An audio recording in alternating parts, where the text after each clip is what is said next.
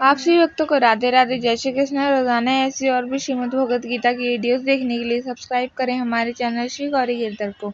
इससे पहले की वीडियोस में हमने अध्याय 1 पूरा पढ़ लिया था और अध्याय 2 सांख्य योग का श्लोक नंबर 1 से लेकर 60 तक पढ़ लिया था।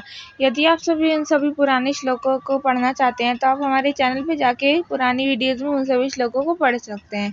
आज के इस वीडियो में हम सभी पढ़ेंगे अध्याय 2 सांख्य योग का श्लोक नंबर 61, 62 और 63। चलिए शुरू करते हैं आज की इस वीडियो को। श्लोक नंबर 61।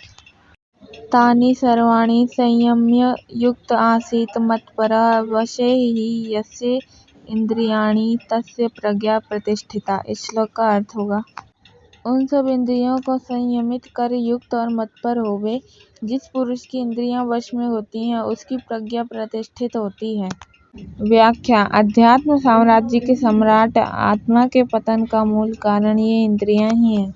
अर्जुन को यहाँ सावधान किया गया है कि वह पूर्णत्व प्राप्ति के लिए इंद्रियों और विषयों के अनियंत्रित एवं उन्मुक्त विचरण के प्रति सतत सजग रहे। आधुनिक मनोविज्ञान गीता के इस उपदेश पर नागमोह सिकोड़ेगा, क्योंकि जर्मन मनोवैज्ञानिक सिगमंड फ्रायड के अनुसार वासनाएं मनुष्य की स्वाभाविक मूल प्रवृत्ति हैं और उनके संयमित करने का अर्थ है उनका अप्राकृतिक दमन। पाश्चात्य देशों में संयम का अर्थ दमन समझा जाता है और मन के स्वास्थ्य की दृष्टि से दमन को कोई भी स्वीकार नहीं करेगा, परंतु वैदिक दर्शन में कहीं भी दमन का उपदेश नहीं दिया गया। वहाँ तो बुद्धि की उस परिपक्वता पर बल दिया गया है जिससे मनुष्य का व्यक्तित्व खिल उठे और श्रेष्ठ वस्तुओं की प्राप्ति से निकृष्ट की इच्छा अपने आप ही छूट जाए। वहाँ इच्छाओं का दमन नहीं वरन उनसे ऊपर उठने को कहा गया है। भगवान श्री कृष्ण इस वैदिक सिद्धांत को यहाँ अत्यंत सुंदर ढंग से स्पष्ट करते हैं। वे आत्मा विकास की साधना के विधेयात्मक जो करना चाहिए और निषेधात्मक जो त्याग देना चाहिए, दोनों पक्षों पर प्रकाश डालते हैं। आत्मविश्वास के जो प्रतिकूल भोग और कर्म हैं उन्हें त्याग कर अनुकूल साधना का अभ्यास करना चाहिए। विधेयात्मक साधना में भगवान शिष्य को मतपर होने का उपदेश देते हैं। मतपर का अर्थ है जो मुझ परमात्मा को ही जीवन का परम लक्ष्य समझता है। युक्त आसीत मतपर इस अर्थ पंक्ति में ही गीता द्वारा आत्मविकास की पूर्ण साधना बताई गई है।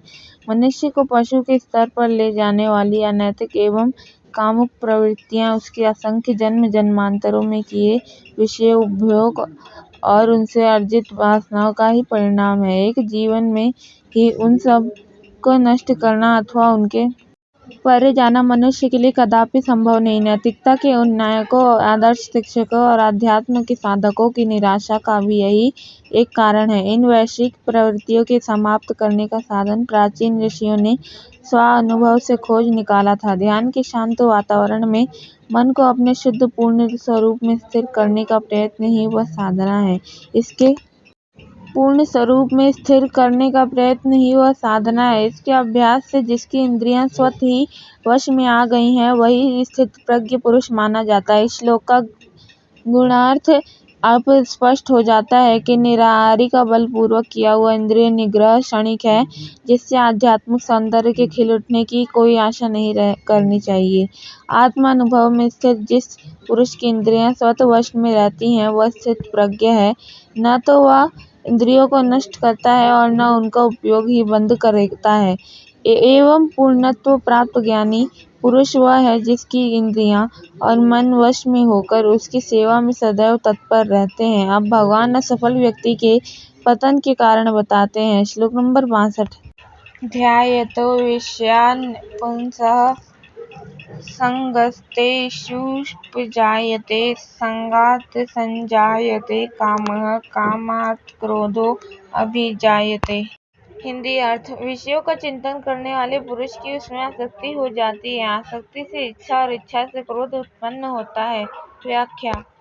विषयों का चिंतन करने वाले मनुष्य की उन विषयों में आसक्ति पैदा हो जाती है। आसक्ति से कामना पैदा होती है। कामना से क्रोध पैदा होता है।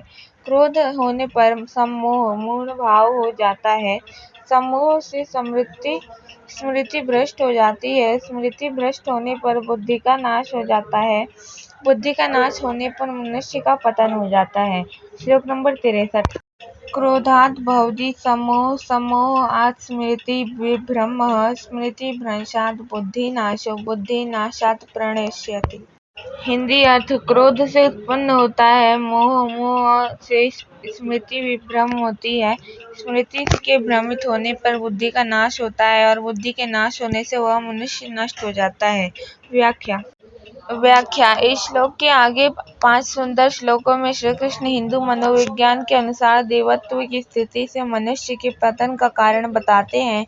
इसका एकमात्र प्रयोजन है महाबाहु अर्जुन को सभी ओर से इंद्रियों को वश में रखने के महत्व को समझाना। इंद्रियों पर स्वामित्व रखने वाला पुरुष हिंदी शास्त्रों के अनुसार स्थित प्रज्ञ कहलाता है। यह प्रकरण उन समस्त साधकों के आत्मचरित्र की रूपरेखा भी प्रस्तुत करता है जो दीर्घ काल तक साधनारत रहने के उपरांत भी असफलता एवं निराशा की चट्टानों से टकराकर चूर-चूर हो जाते हैं। वेदांत के सच्चे साधक का पतन संभव है। असफल साधकों के उदाहरण कम नहीं है और उन सभी की असफलता का एकमात्र कारण विषयों के शिकार होना ही है। यह भी देखा गया है कि एक बार पतन होने पर वे फिर संभल नहीं पाते। उनके लिए पतन का अर्थ है संपूर्ण नाश। पतन की सीढ़ी का यह बहुत सुंदर वर्णन है। स्वयं के नाश की सीढ़ी का वर्णन इतना विस्तार पूर्वक इसलिए किया गया है कि हमारे जैसे साधक यह समझ सके कि अपने पूर्ण दिव्य स्वरूप को किस प्रकार प्राप्त किया जा सकता है। जैसे छोटे से बीज से बड़े वृक्ष की उत्पत्ति होती है, वैसे ही हमारे नाश का बीज है असद विचार और मिथ्या कल्पनाएं। विचार में रचना शक्ति है, यह हमारा निर्माण अथवा नाश कर सकती है। निर्माण और विनाश शक्ति के सदुपयोग और दुरुपयोग पर निर्भर करते हैं। जब मनुष्य किसी विषय को सुंदर और सुख का साधन समझकर उसका निरंतर चिंतन करता है, तब उससे उत्पन्न होती है उस विषय में आसक्ति। इस आसक्ति के और अधिक बढ़ने पर वह उसकी उत्कट इच्छा या कामना का रूप लेती है, जिसके पूर्ण किए बिना मनुष्य शांति से नहीं बैठ सकता। यदि कामना पूर्ति के मार्ग में कोई विघ्न आता है तो उस विघ्न की ओर होने वाली प्रतिक्रिया को कहते हैं क्रोध। क्रोध का परिणाम यह होता है कि मनुष्य जहाँ जो वस्तु या गुण नहीं है, उसे वहाँ देखने लग जाता है, जिसे मोह नाम दिया गया है। मोह का अर्थ है अविवेक। मोह ही स्मृति के नाश का कारण है। क्रोध के आवेश में मनुष्य सभी संबंध भूलकर चाहे जैसा व्यवहार कर सकता है।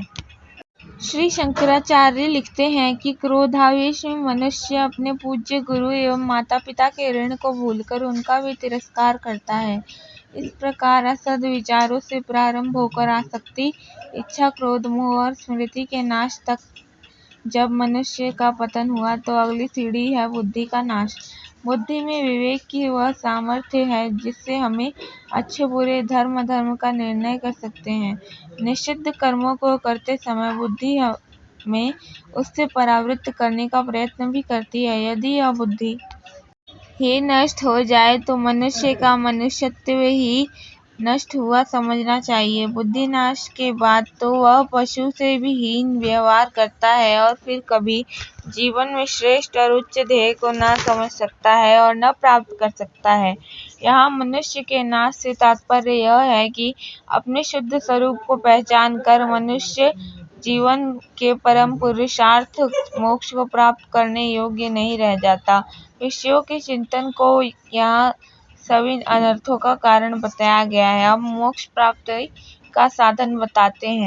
आपसे अब तक राधे राधे, जय श्री कृष्ण। वीडियो अच्छी लगे तो लाइक शेयर सब्सक्राइब जरूर करें, कमेंट में राधे राधे जरूर लिखें और यदि आप सभी हमारे चैनल पर नए हैं तो हमारे चैनल को सब्सक्राइब करके बने हमारे श्री गौरी गिरधर परिवार का हिस्सा।